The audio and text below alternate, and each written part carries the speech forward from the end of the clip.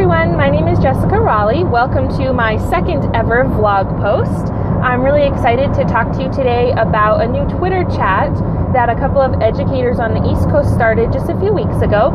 It is hashtag BFC530, and that is standing for the Breakfast Club 530. So they have a Twitter chat at 5:30 a.m. Eastern. It lasts for 15 minutes. They have one question. They have people who are engaged in that community who are proposing the question of the day, and then the person who shares that question also gets to co-moderate for the day, which I think is really exciting and a very cool way to do it.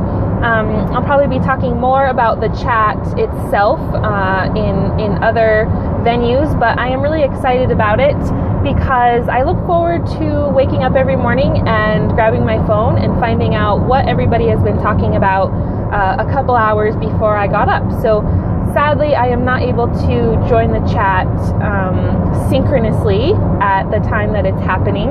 I am on Mountain Time, and so getting up at 3:30 in the morning to participate in a 15-minute Twitter chat, while I have considered it, and it may still happen at some point, it just hasn't fit into my schedule as of late. So that's what's really cool about this community, though, is that they're very welcoming, and I've been able to kind of jump in and think about the questions that they're answering, and in some ways it's been very nice for me that I haven't been able to join the chat, in that I get to just kind of reflect on the question while I'm getting ready in the morning, and I think sometimes we're very quick to share all of our thinking. I know when I get excited about something, or when I'm really pensive about something, trying to ponder, a new idea, the first thing that I want to do is share it, which I think is awesome, and I love that I have people who I can connect with virtually so that I can share all those ideas. But I've been thinking a lot lately about when are the times to share and when are the times to sort of share internally, and so just to kind of absorb the thoughts that you have and just kind of let them simmer before you share them, and so just kind of those two different things. So in any event, it's been very fun for me to be able to reflect on their questions, and I really love the questions that have been asked so far. A lot of them are I feel like even though I'm not in the classroom anymore, can still engage in them. I don't feel like an outsider to the chat. I feel like anyone in the education community can jump in and contribute and can think about the questions that they've been asking.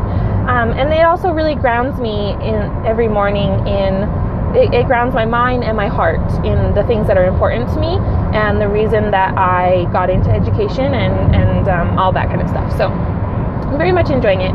And so this morning I wanted to sort of share about that chat, which I think you should definitely check out if you get a chance. But I also wanted to talk a little bit about the question that was shared this morning. And the question was about honoring students who are shy and quiet in class. And so there were some great conversations about that this morning. I encourage you to check them out on Twitter.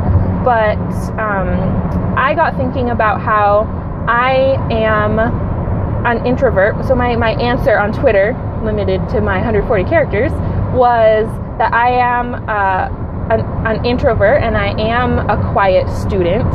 And so I said that one-on-one conversations and making time to really truly listen to the student during that conversation, as well as giving them a variety of ways to process and reflect and express their learning, I think are really important. And after I posted it, I realized that there are probably some people who might be a little bit surprised that I sort of labeled myself as an introvert or a quiet student. And so I started reflecting on my experiences through school, and it really is true that growing up I was a very shy child and a very quiet student. I was often coming home from school and sitting at the dinner table and just blah, blah, blah, blah, blah, blah, about my day and things I learned, and just never stopped talking. And my dad, I remember this story that my dad said to my mom one time, "Does she ever stop talking? She just has so much to say," which I think is natural and par for the course when you're talking about, a 7, 8, 9-year-old who's a bit bit excited, I guess, about the things that they're doing and is passionate about life. But I think it was also very interesting because my teachers, my parents would talk to my teachers, go to conferences and things, and they would say, we really wish she would speak up a little bit more. She's so quiet. My parents would look at each other, what child are they talking about? And as a teacher, I've experienced a similar situation where I've said things to parents about that, about their students, and that they're very quiet during the day, and they just sort of look at me and look at each other and say, well, that's not really the case most of the time. They're not like that at home. So I got thinking about who I was as a student then and who I am as a student now.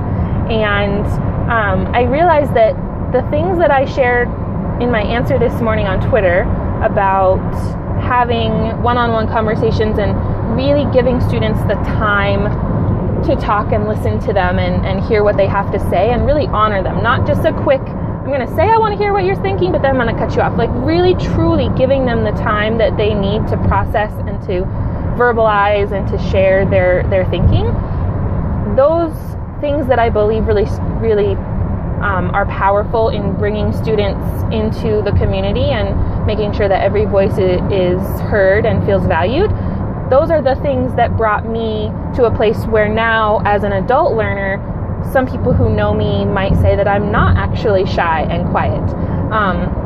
And so it sort of has been interesting for me to kind of to reconcile the two parts of myself, the extrovert and the person who processes verbally and who needs to be around people and ideas and talk and think and all of that, and the introverted, shy, socially awkward side of myself, and how those two kind of get brought together. And I think that the reason that some people might say now that I'm not as shy or introverted as perhaps I was as a child is because of those people who honored my voice when I was shy and when I was